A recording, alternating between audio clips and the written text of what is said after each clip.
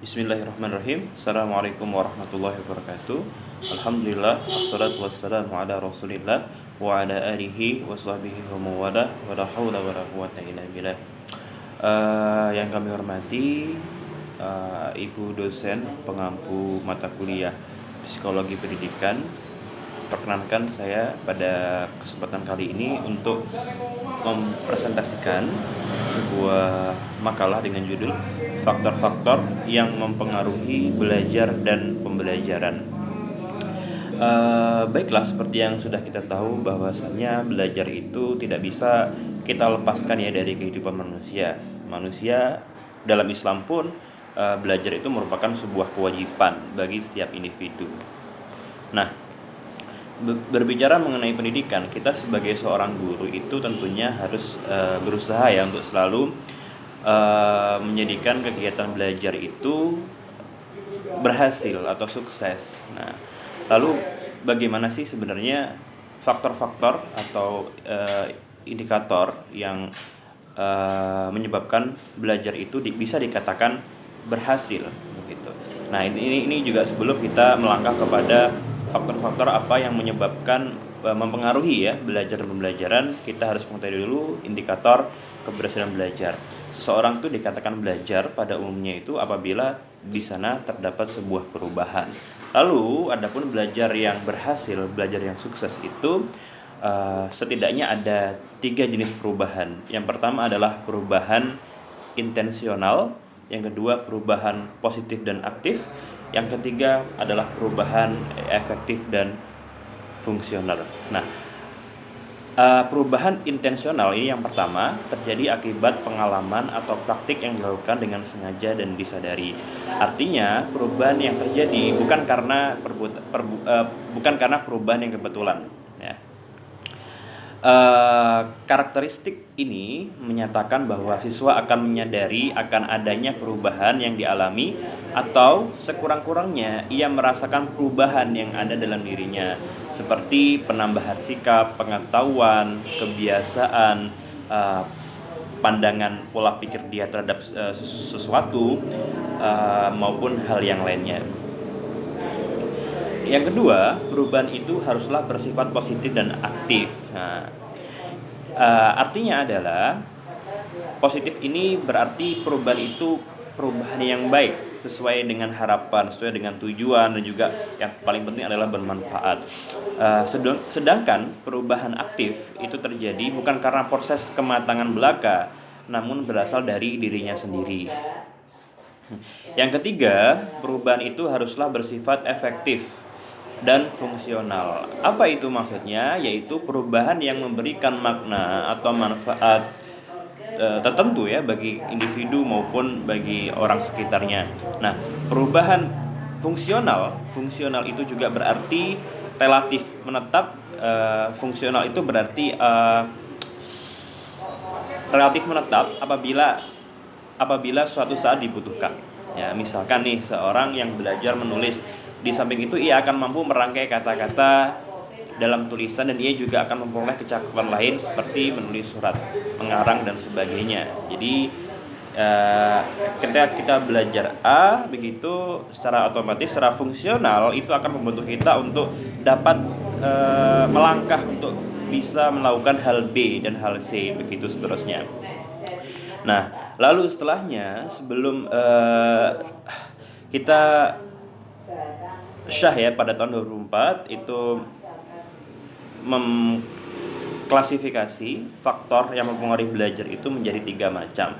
Yang pertama itu adalah faktor internal, yang kedua faktor eksternal, dan yang ketiga adalah faktor pendekatan belajar ya.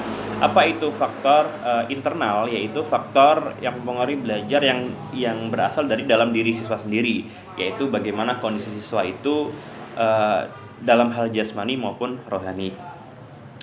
Yang kedua adalah faktor eksternal, yaitu faktor yang mempengaruhi belajar yang berasal dari luar siswa ya, seperti kondisi lingkungan maupun termasuk kondisi kelas dan lain sebagainya.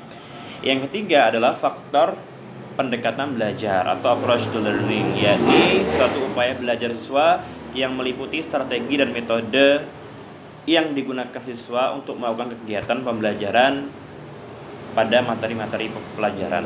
Nah, ini tentunya pada poin yang ketiga ini tentu ini ada tergantung daripada bagaimana dia itu bisa memaksimalkan gaya belajar. Kalau untuk seorang guru, bagaimana dia bisa memilih suatu metode pembelajaran yang terbaik begitu. Nah, selanjutnya ada lagi Ngalim Purwantono. Ini mengklasifikasikan faktor yang mempengaruhi belajar itu menjadi dua golongan. Yang pertama adalah faktor yang ada pada diri organisme itu sendiri, atau yang kita sebut dengan faktor individu. Yang kedua, faktor yang ada di luar individu, atau yang kita sebut sebagai faktor sosial. Nah, yang pertama tadi, yang termasuk dari faktor individual, contohnya adalah seperti faktor kematangan ataupun faktor pertumbuhan, kecerdasan, latihan, motivasi, maupun faktor pribadi yang ada pada diri siswa itu sendiri. Nah, yang selanjutnya itu adalah faktor sosial, antara lain yaitu faktor keluarga. Bagaimana ia itu kondisinya di rumah tangganya. Ada lagi faktor guru dan cara mengajarnya. Bagaimana guru itu, apakah maksimal nggak cara mengajarnya dengan metode yang terbaik nggak gitu. Alat-alat yang dipergunakan dalam belajar mengajar, lingkungan dan kesempatan tersedia dalam motivasi sosial. Artinya yang faktor sosial ini adalah faktor-faktor lain yang mendukung keberhasilan peserta didik untuk bisa memaksimalkan belajarnya itu. Nah, selanjutnya kita akan berbicara mengenai suasana belajar yang maksimal. Nah, setidaknya ada 9 ya, ada 9. Ada 9 indikator bagaimana belajar itu dikatakan suasananya maksimal gitu. Yang pertama adalah aman dan nyaman. Maksudnya adalah lingkungan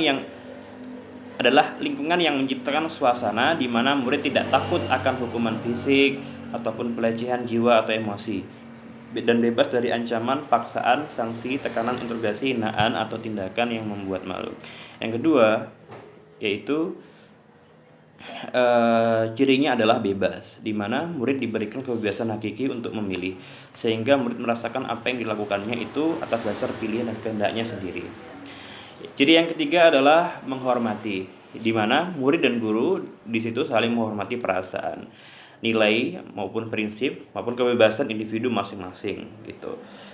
Atau dalam singkatnya melaksanakan hak dan kewajibannya dengan baik.